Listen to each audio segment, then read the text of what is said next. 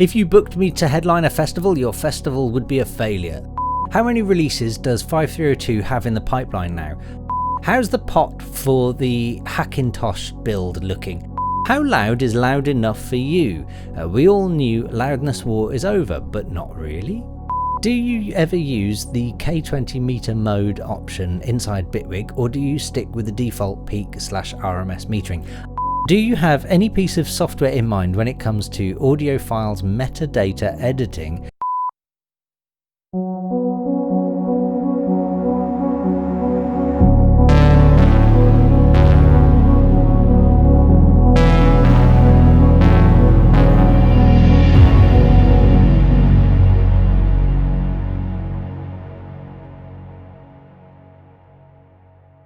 Hey guys, welcome to the Kane audio vlog. It is Friday, it's time for another Ask Me Anything. Usual rules apply, comment anything you want below this video and I'll get back to you in next week's video. Before I look at last week's video, is there any house admin? There's got to be. Yeah, so first of all, Kickstarter. Again, thank you very much to everybody that has backed the campaign so far. If you haven't, then please do so now, because we're down to, I can't remember, small numbers now of the CDs left, so that's just going to be a shrinking number. I have set a very small limit of only 50 CDs through this Kickstarter campaign. It has been funded so far, so they will be going out, but there's only a few CDs left, so if you want them, grab them now. Just as I start recording, next door's dog starts barking. I don't know if that's coming up in the microphone, probably is, because the dog is only about 15-20 foot that way, which is a bit annoying. What else? House admin. I don't think there is anything else. No, unfortunately 5302 Electronica playlist has not been updated. I just had a check in 13 days, so I apologize for that. I will get onto it. I have been saving some tracks to the side to go in there, so that will get updated. That, my friends, is it for house admin. I can't think of anything else. It's been a very long week this week. Feels like it's been a very long day, not for any specific reason, but there we go. What is helping is a nice delectable beer, because I'm now filming these on a Thursday afternoon evening rather than the Friday morning, because I used to film these first thing Friday morning. Yeah, it's now beer o'clock on a Thursday. So there we go. If you're wondering what I'm drinking today, it is Brains SA from my hometown in Cardiff. It tastes like home. Yeah, there we go. Right, I don't think there are many comments. In fact, I can see there's only 3 here today this week. So let's get on with it, starting at the top. Cavagay, if you booked me to headline a festival, your festival would be a failure. Lol. How was that not in the clips at the start? Yeah, I probably should have put it there. On the subject of free speech, I think you hit the nail on the head. As society, we seem to have lost our ability to discern valuable information from bullshit. That's a skill for the listener, reader or viewer to develop, surely. We should be free to take part in a statement someone makes and debate or argue the point, but I'm not comfortable with telling anyone that they aren't allowed to make that statement in the first place, no matter how idiotic it may be. Yeah, there was a famous quote that, if I remember rightly, was not Mark Twain.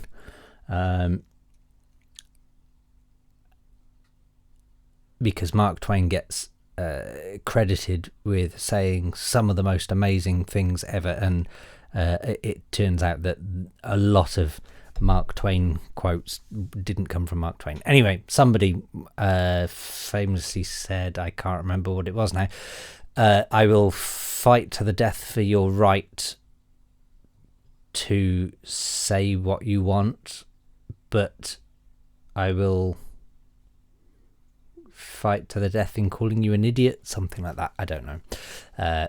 There we go. Unless it's blatant hate speech or whatever. Well, yeah, I mean, this is the thing. Look, again, this week, I don't want to get too deep into it, but, look, we all have freedom of speech, but your freedom ends where it interferes with another man's freedom, person's freedom.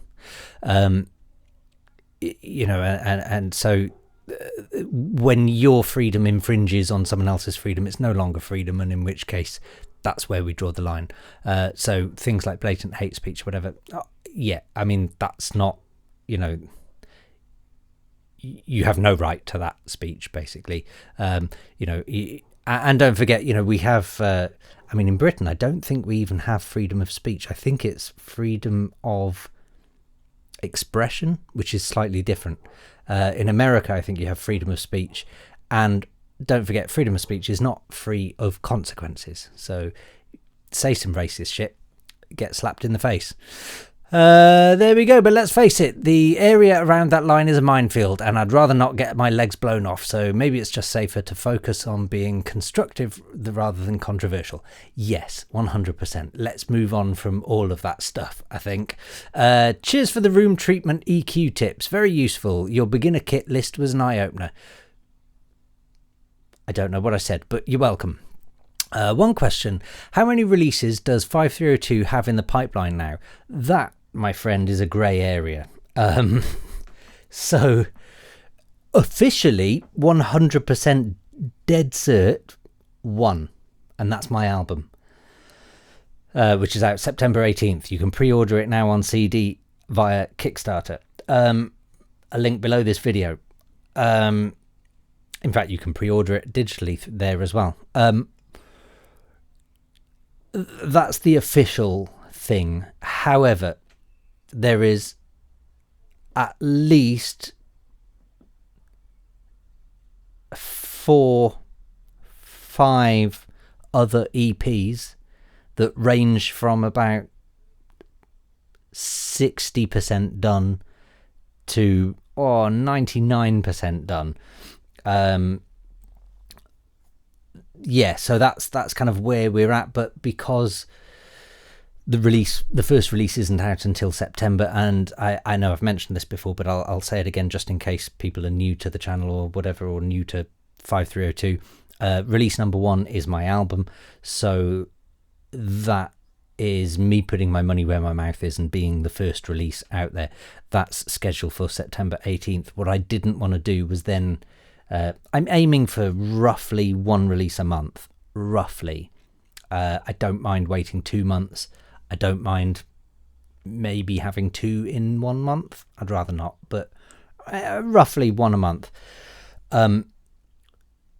However, what I didn't want was to have my album come out on September 18th and then October, let's say the 18th, have another release out, because I think for me to do that would be unfair for me to put out my own album, because for the following 2 months at least, I'm going to be pushing any kind of PR campaign, any background stuff, whatever, and also I kind of need to test the water and see how things go, and I don't, whoever gets that second release right now, I wouldn't want to take the spotlight away from them, and I feel like if I release them in October, I would be taking the spotlight from them, and I really don't want to be doing that. So so I'm the second release won't be until at least November.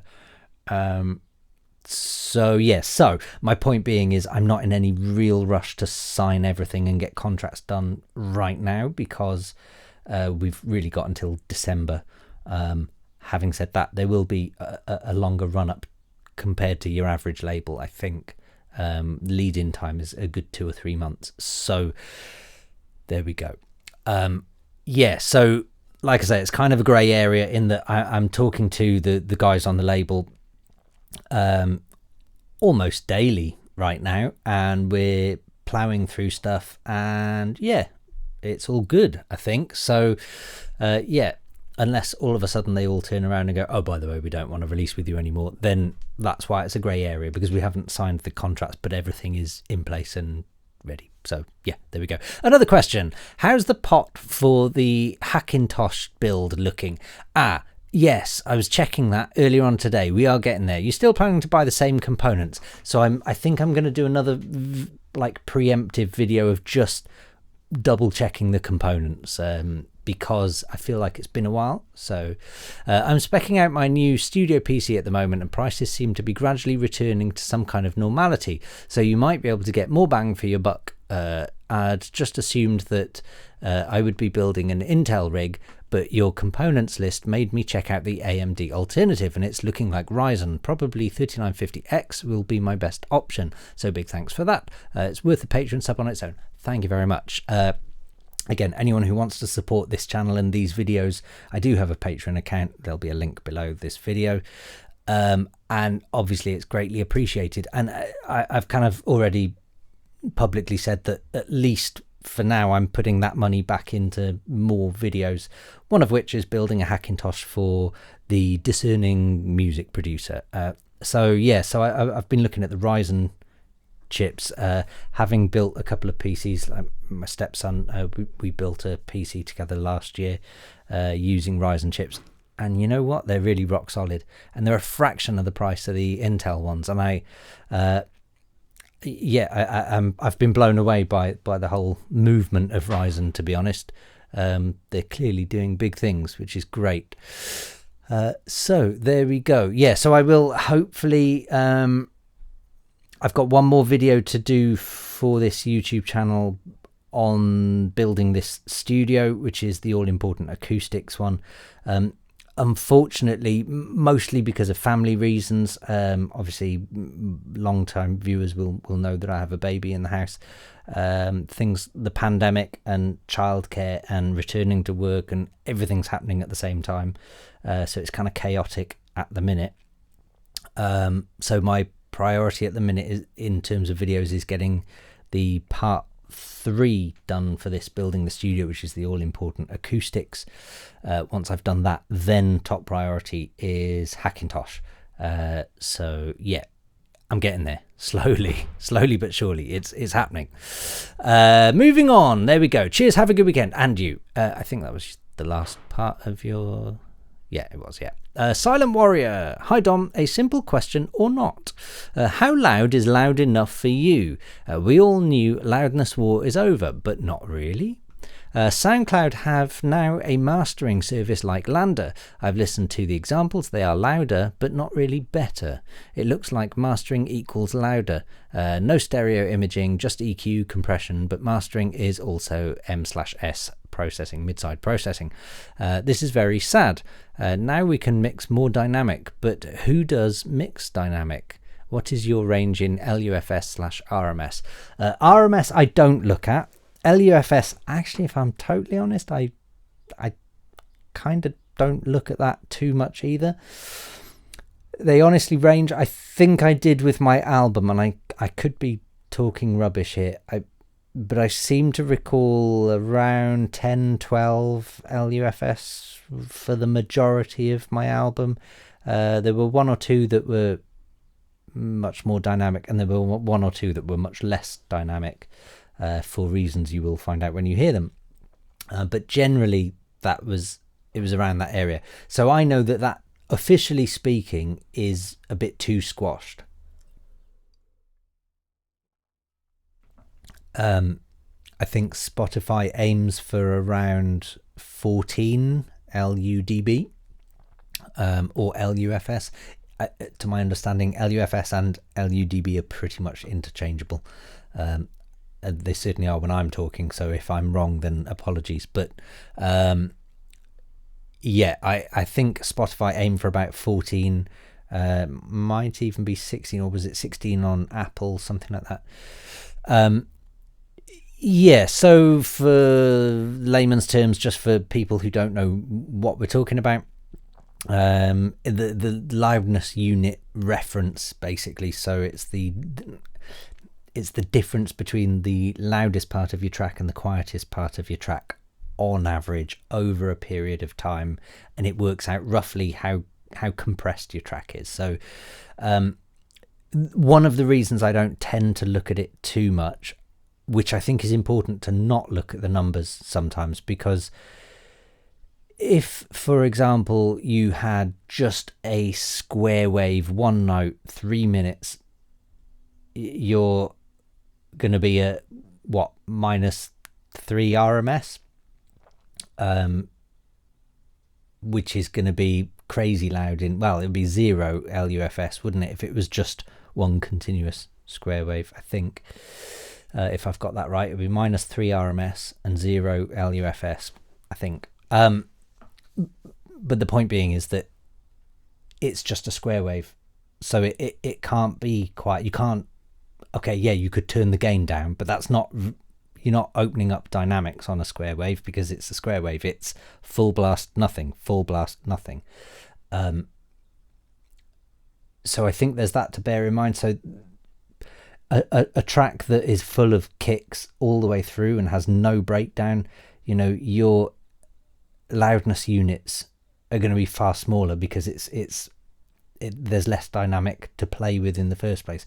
Whereas an acoustic recording of a piano with maybe one big snare hit every 15-20 seconds, clearly that's going to have a huge dynamic range. So the numbers are kind of irrelevant when it comes to these things, but they work as a good guide. So in terms of the question of how loud is loud enough for you, for me, I'm always torn.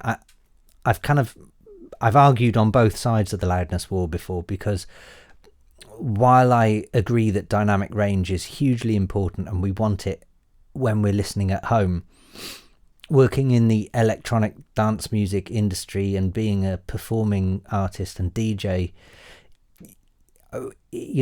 if I left a lot of dynamic range in one of my tracks, which I often do, if you listen to my Mousetrap releases, I've mastered the majority of them, I think, and I've left them quite roomy, and they don't stand up against some other people's tracks. If you're listening in Beatport to a various collection of tracks, they just don't stand up against other people's tracks. Other people's tracks are really pushed much harder, and I think to a DJ that can be quite off-putting. If you're mixing from one to the other, it kind of feels a bit of a letdown. So I've always kind of argued on that side, in that yes, we want to have dynamic range and whatever, but equally we have to be careful that the competition is very real in a nightclub sound system for a DJ. So as much as I'd love to just have huge dynamic range in all of my music, I don't think it's practical in all cases. So it's just that to bear in mind. There is no right and wrong, and I'm being a bit vague because the answer is, I think reality is a bit vague when it comes to these things. There is no right and wrong. SoundCloud, yeah, I've heard they've got their own mastering service. Well, good for them. I don't know if anyone watching these videos remembers, but about 2 years ago, I think I mentioned in one of these videos, or last year it must have been, that I was actually working on a mastering system. I never got it finished, and I pulled out in the end because it just wasn't getting where we wanted it to go. But we knew that time was of the essence, because I knew that people like SoundCloud were going to be doing it at some point. There were people poking noses, so I'm not surprised that they're doing it. I also feel like SoundCloud are probably struggling for money, and have done for a long time, so maybe there's that to consider. But you know what, I have nothing against these services, and like Lander and stuff as well. I know a lot of mastering engineers slag them off and whatever, but I feel like they have a place in the world, and as will always real mastering engineers, they will always have a place in the world, because having the human touch on something makes a world of difference. And I think it's like when the digital camera was first invented and everybody went, right, that's it, photography is dead, and the first digital synth that came out, people went, right, that's it, musicianship's dead. Or the first analog synth, and people thought, right, that's it, orchestras are dead. I don't think that's the case with mastering. I think these AI mastering bots, they serve a purpose. If I was a touring DJ and I'd just finished writing a track on a laptop, and I was about to go to my gig. Am I going to ring my mastering engineer up in a different country at 2:00 in the morning to get them to quickly master a track? No, I'm not. Whereas if I can chuck a few dollars at a website that does just a basic quick and easy job for me to test in a nightclub, great, or if I'm a young budding artist and maybe still in school or just broke, a struggling musician or whatever, am I going to pay $200 for a professional mastering engineer when I'm still at the beginning of my career? I'm still learning the trade or the craft or whatever. I think there's a place for these things. Not all of us can afford a Grammy winning mastering engineer. So I think it's good that these things exist. But you're right, it's not going to be doing mid-side processing. It's not going to be doing all the fancy pants stuff. So yeah, there we go. I think that's also important, that stereo imaging and things. But again, it depends on how much artistry you put into your craft. Let's face it, I think in electronic music in particular, there's a lot of artists out there that just play, they're painting by numbers, let's be honest. There's a lot of them out there that they don't care what something sounds like, so long as it's banging, so long as it tears the roof off and smashes something. I don't know. I think you know who I'm talking about, the kinds of people that I'm talking about. And for those people, why not use an online site? Why, it's not a problem. So there we go. That's my opinion on that. Moving on. Tech-alike Music. Hey there, Dom. Congrats on the Kickstarter campaign success. Thank you very much. This one really took off fast. Boom. High five. Have a great weekend, and here are some questions for this week. Do you ever use the K20 meter mode option inside Bitwig, or do you stick with the default peak/RMS metering? Actually, I always have K20 because I use a couple of analog synths either side of me, you can just about see, and there's a couple more arriving next week. Because I use those, an analog signal, if you're feeding an analog signal into something, so particularly the compressors, anything above that -20 becomes quite a hot signal to deal with, and it can start clipping quite quickly. So I always use K20 metering in Bitwig, just because I don't need to be hitting zero, so nothing ever hits maximum anyway.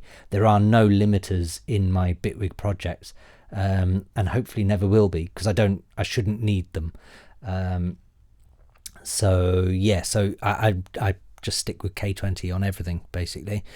I wish they add a K14 metering option in the settings. So what's your take on the K20 metering? So really, I get what you're saying, and I think a lot of people agree, but for me, I don't, again, kind of similar to, oddly enough, I think this ties in with one of the earlier questions, when we're talking about LUFS range.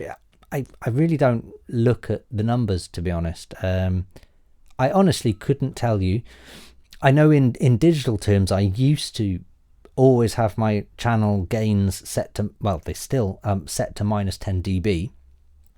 But what the signal hits, I've no idea. I guess around -10 dB, but I don't know. I don't pay enough attention. I don't, I haven't really looked, to be honest. I don't know. And the reason I don't know is because when you're working in the digital world, it doesn't matter if your signal, if I feed a signal out to one of my analog outboard bits of gear, and let's talk in dBFS. So, I feed it out and say it's -20 dB, and I feed it back in, and let's say it's it's dropped the signal for some reason, it's coming in at -40 dB.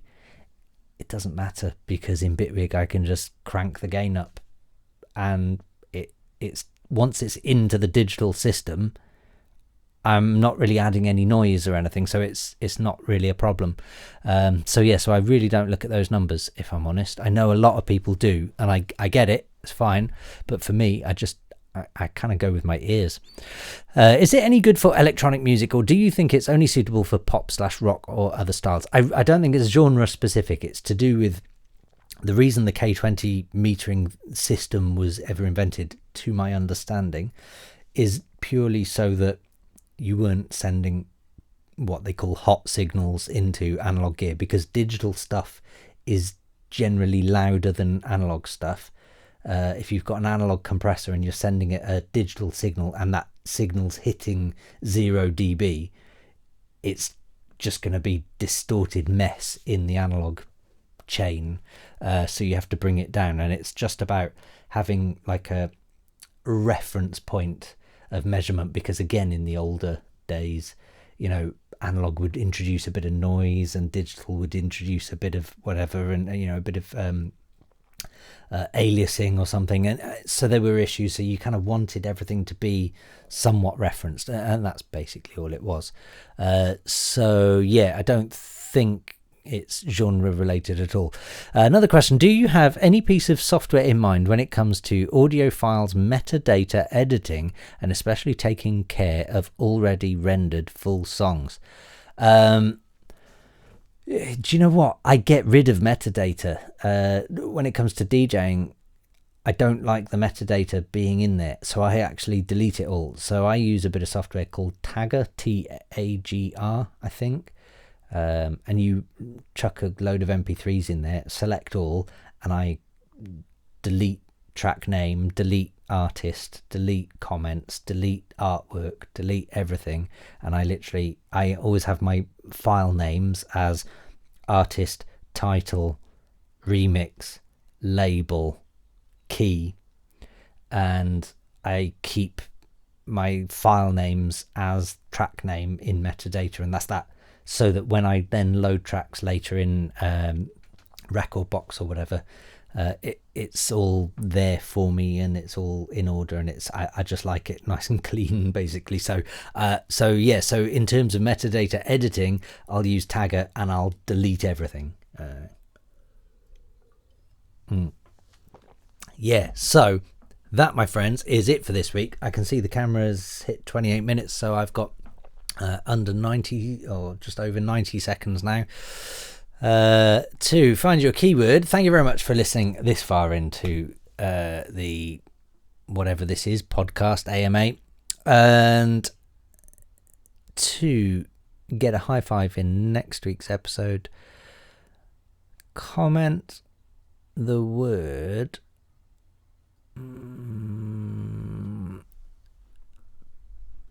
performance. It says here, the Sphere ambient performance. Comment that word and I'll give you a high five in next week's video. Apologies if it feels a bit rushed this week. It is a bit rushed this week, and that's why. Like I say, it's Thursday evening, and I've still got stuff I need to do before I can shut down for the day. But hopefully we'll be having a little bit more time next week and won't be quite as rushed. And I will see you this time next week. Have a good weekend. Cheers.